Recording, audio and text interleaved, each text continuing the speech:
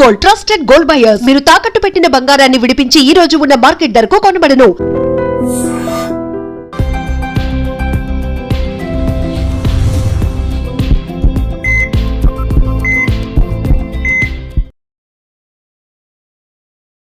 నమస్తే, welcome back to IT media. నేను మీ Jhansi. So ఈరోజు మనతో ఉన్నారు డాక్టర్ చిటిపొట్ల మధుసూదన్ శర్మ గారు, ఎండి ఇన్ ఆయుర్వేద.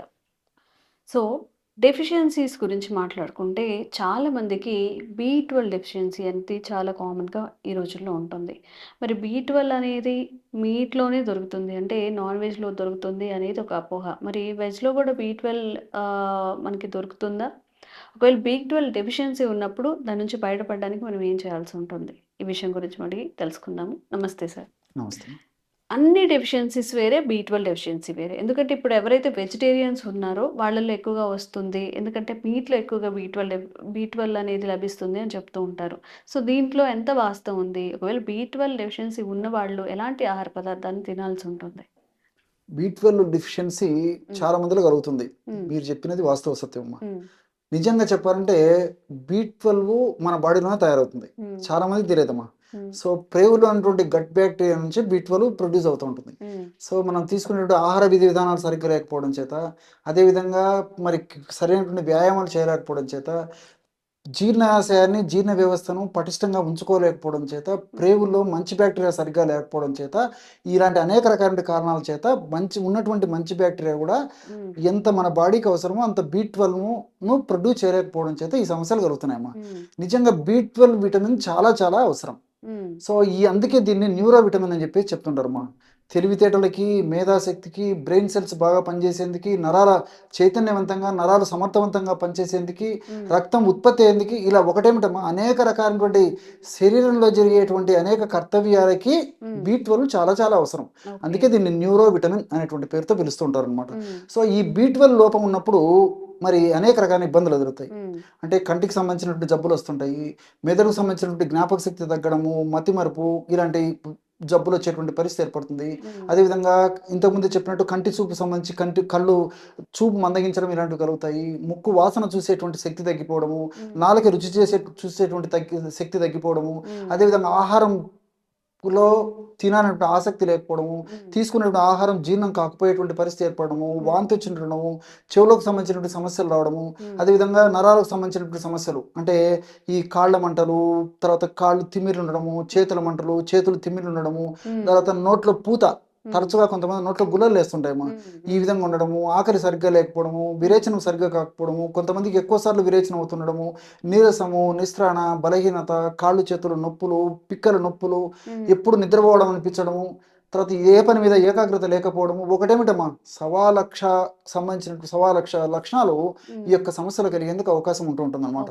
సో అన్ని లక్షణాలు అందరిలో కలగాలని లేదు, కానీ B12 లోపం ఉన్నటువంటి వాళ్ళు మరి ఎక్కువ మందిలో ఈ యొక్క లక్షణాలు కొన్ని కానీ అన్ని కానీ ఉండేటువంటి పరిస్థితి ఏర్పడుతుంది. మా చర్మం మొద్దుబారిపోవడము చెప్తే చాలా చాలా ఉందమ్మా దీనికి సంబంధించినది. అదేవిధంగా సంతానానికి సంబంధించినటువంటి కొన్ని ఇబ్బందులు ఎదుర్కోవడము, అదేవిధంగా శృంగారానికి సంబంధించినటువంటి కొన్ని సామర్థ్యాలు తగ్గిపోవడం, ఇలాంటి అనేక రకాల ఇబ్బందులు కూడా ఈ B12 లోపం వల్ల కలుగుతున్నాయమ్మా. అసలు B12 లోపం ఎందువల్ల కలుగుతుంది అని చెప్పేసి మనం ఆలోచన చేసినట్లయితే 3 ప్రధానమైన కారణాలు. పోషకాహార లోపం ప్రధానమైన కారణం. అంటే మనం తీసుకునే ఆహారంలో పోషకభరితమైన ఆహారం తీసుకోకపోవడం కూడా ఒక ప్రధానమైన కారణం. రెండవది ఏమంటే అలవాట్లు. ఈ మధ్య కాలంలో మరి ఫ్యాషన్ కోసము, మానసిక ఒత్తిడి తగ్గించేందుకోసము, మరి సొసైటీలో హోదా కోసము, కారణాలు ఏదైనప్పటికీ ఆల్కహాల్ సేవన విపరీతంగా మితిమీరి విపరీతంగా సేవించడం మొదలైపోయిందమ్మా. సో ఆ స్టేటస్ కోసము ఏదైనా కానివ్వండి. సో ఎక్కువగా ఆల్కహాల్ సేవించడం వల్ల కూడా ఈ B12 లోపం వచ్చేటువంటి పరిస్థితి ఏర్పడుతుందన్నమాట, దాని యొక్క ప్రభావం చేత. అదేవిధంగా మూడవది వచ్చేసి కొన్ని యొక్క మందుల ప్రభావం. ఆధునిక కృత్రిమ రసాయన ఔషధాలు తప్పని పరిస్థితుల్లో మరి వాడవలసి వచ్చినప్పుడు ఆ యొక్క ఔషధాల ప్రభావం చేత, ఆ యొక్క ఔషధాల యొక్క సైడ్ ఎఫెక్ట్స్లో భాగంగా B12 లోపం వస్తుంది. ఉదాహరణకు షుగర్ అంటే ప్రపంచంలోనే ఇంచుమించు మనం అగ్రస్థానంలో ఉన్నాం. భారతదేశంగా చెప్పవలసిన ప్రత్యేకత లేదు. మరి ఇలాంటి పరిస్థితుల్లో ఈ షుగర్ వ్యాధిగ్రస్తుల్లో సర్వసాధారణంగా ఎక్కువ శాతం మందిలో ఎక్కువ శాతం వైద్యులు కూడా మెట్ఫార్మిన్ అనేటువంటి ఔషధాన్ని సిఫారసు చేస్తుంటారు అనమాట. ఎందుకంటే చాలా చక్కగా పనిచేస్తుంది, సైడ్ ఎఫెక్ట్స్ తక్కువ, బెనిఫిట్స్ ఎక్కువ ఉంటాయనేటువంటి ఉద్దేశంతో మెట్ఫార్మిన్ అనేటువంటి ఔషధాన్ని వాడుతుంటారు. ఎక్కువ కాలం పాటు మెట్ఫార్మిన్ అనేటువంటి ఔషధాన్ని మధుమేహం వ్యాధి లేదా షుగర్ వ్యాధి లేదా చక్కెర వ్యాధి నియంత్రణకి వాడుకోవడం వల్ల B12 డెఫిషియన్సీ వచ్చేస్తుంటుంది అనమాట. సో ఈ కారణాల వల్ల సర్వసాధారణంగా B12 లోపం వస్తూ ఉంటుంది. సో ఈ B12 లోపం వచ్చినప్పుడు మీరు అన్నట్లు చాలా మంది ఏం చేస్తారంటే నాన్ వెజిటేరియన్ ఫుడ్ తీసుకోవడం వల్ల B12 లోపం ఉండదు, రాదు అని చెప్పి చెప్తుంటారు. మరి ఈ రోజుల్లో మరి 100 మందిని B12 లోపం ఉండడం గమనించినట్లయితే 100 మందిలో కూడా దాదాపు 70% 20% మంది నాన్ వెజిటేరియన్ తీసుకునేటువంటి వాళ్ళే. మరి వాళ్ళకు రాకుండా ఉండాలి కదమ్మా. రోజు తీసుకునే వాళ్ళు కొంతమంది ఉంటారు, వారంలో ఒకసారి తీసుకునే వాళ్ళు కొంతమంది ఉంటారు. ఏది ఏమైనప్పటికీ మరి నాన్ వెజిటేరియన్ తీసుకునేటువంటి వాళ్ళలో కూడా B12 లోపం వస్తూ ఉంది. సో నేను ఇంతకుముందే చెప్పినట్టు గట్ బ్యాక్టీరియా సమర్థవంతంగా లేకపోవడం చేతనే ఈ సమస్య కలుగుతుంది అనమాట. సో వెజిటేరియన్ డైట్ అంటే ఇప్పుడు పాలు, పెరుగు, వెన్న, నెయ్యి, మజ్జిగ వెజిటేరియన్ గా భావించబడేటువంటి ఈ వెజిటేరియన్ ఆహార పదార్థాల్లో B12 బాగుంటుంది. రోజు ఒక 250 ml పాలు తీసుకోగలిగినట్లయితే, మంచి సమర్థమైనటువంటి పాలు మనం తీసుకున్నట్లయితే మనకు రోజుకు సరిపడా సగం వరకు B12 వచ్చేస్తుందమ్మా. సో మనకు రోజుకి 2.4 mcg B12 కావాలి, 2.4 milligrams. సో మనకు సగం B12 250 ml మంచి పాలు తాగడం వల్ల వస్తూ ఉంటుంది. అదేవిధంగా 250 ml పెరుగు తీసుకోవడం వల్ల వస్తూ ఉంటుంది. అది కాకుండా మరి నాన్ వెజిటేరియన్ అని చెప్పేసి కొంతమంది చెప్తుంటారు, వెజిటేరియన్ ఫుడ్ కొంతమంది చెప్తుంటారు. ఆ కాంట్రవర్సీకి మనం పోకుండా కోడి గుడ్డు రోజు ఒకటి తీసుకున్నట్లయితే మరి మనకు కావాల్సినటువంటి B12లో పావు భాగం 25% B12 దాని నుంచి ఉండదు. మరి నాన్ వెజిటేరియన్ ఫుడ్ తీసుకోమని చెప్పేసి సిఫారసు చేయాలంటే కొంతమంది వైద్యులు కూడా వెనకాడేటువంటి పరిస్థితి. కారణం ఏంటంటే ఈ నాన్ వెజిటేరియన్ వల్ల B12 లోపము ఒకవేళ భర్తీ చేయగలిగినప్పటికీ దానివల్ల అనేక రకాల ఇబ్బందులు కూడా ఉన్నాయి. సో నాన్ వెజిటేరియన్ ఫుడ్ లో ఫ్యాట్ కంటెంట్ ఎక్కువ ఉంటుంది, ఫైబర్ ఉండదు.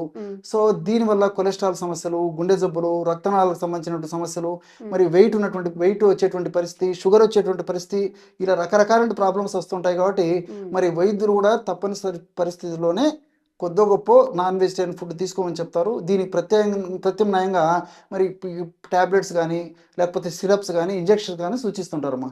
సో కాబట్టి అంటే ఈ పద్ధతిలో మరి డ్రై నట్స్లో కొద్దో గొప్ప ఈ B12 ఉంటుంది. అదేవిధంగా కొన్ని రకాల నేను చెప్పినటువంటి పదార్థాల్లో పాలు, పెరుగు, వెన్న, నెయ్యి, మజ్జిగ ఇలాంటి వాటిలో B12 ఉంటుంది. కానీ తగినంత ఉండదు. ఇంకోటి ఏంటంటే స్వచ్ఛమైన పాలు దొరకడం కద్దయిపోయింది, స్వచ్ఛమైన పెరుగు తీసుకోలేకపోతున్నాం. ఈవెన్ మంచి పాలు ప్రస్తుతం దొరికేటువంటి పాలు, వెన్న, నెయ్యి ఇలాంటివి ఎక్కువ తీసుకోవాలన్నా ఇవి కూడా మళ్ళీ గుండె జబ్బులకు కారణం అవుతుంది. ఎక్కువ శాతం తీసుకోవడం వల్ల కొలెస్ట్రాల్ పెరగడం, గుండె జబ్బులు రావడం, రక్తనాళాలకు సంబంధించిన సమస్యలు రావడం ఒకటేమిటమా. సో అది భయపడుతున్నారు. సో వీటన్నిటి నేపథ్యంలో మరి B12 ప్రకృతిలో దొరికేటువంటి పదార్థాలు, పుష్కలంగా B12 ఉండే పదార్థాల గురించి ఆలోచించినట్లయితే, మరి రీసెర్చ్ కూడా జరిగినటువంటి ప్రొడక్ట్ గురించి మనం ఆలోచించినట్లయితే ఈ B12 మామిడి జీడిలో బాగుందని చెప్పేసి రీసెర్చ్ లో బయటపడిందమ్మా. మామిడి జీడి పొడి. సో మామిడి జీడి పొడి కూడా మనకు మార్కెట్లో దొరుకుతుందమ్మా. కావాలంటే తెప్పించుకొని వాడుకోవచ్చు. ఈ మామిడి జీడి పొడిని అవసరాన్ని బట్టి రోజు 1/2 teaspoon నుంచి 1 teaspoon వరకు ఉదయం ఒకసారి, సాయంత్రం ఒకసారి పాలలో కలిపి కానీ, నీళ్ళలో కలిపి కానీ, తేనెతో కానీ, మజ్జిగతో కానీ, ఫ్రూట్ జ్యూసెస్లో కలిపి కానీ, ఈ మిల్క్ షేక్స్ అమ్మా ఇలా ఏ దేంట్లోనే సరే కలిపి తీసుకోవడం వల్ల కూడా మరి సమర్థవంతంగా వితిన్ 1 or 2 monthsలోనే ఎక్కువ శాతం మందిలో B12 బాగా పొందగలిగినట్లు మా అనుభవంలో తెలిసిపోతుంది. అదేవిధంగా డేటా కూడా మనకు చెప్తుందమ్మా.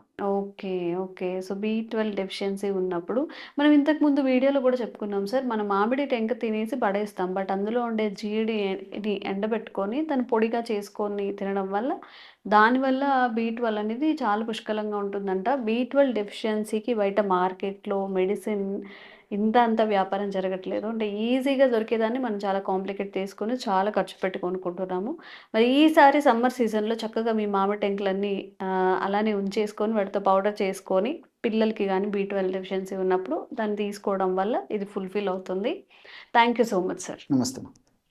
And for more videos, please subscribe to iDream. Please subscribe to iDream. Please subscribe iDream. And please subscribe to iDream. For more videos, subscribe to iDream. please like, share and subscribe to the channel. Congratulations, iDream. Subscribe to iDream. Subscribe to iDream. So subscribe to iDream Media. I dream team అందరికీ huge congratulations. Please subscribe iDream Media. Please subscribe to iDream. Subscribe iDream. Please subscribe to iDream.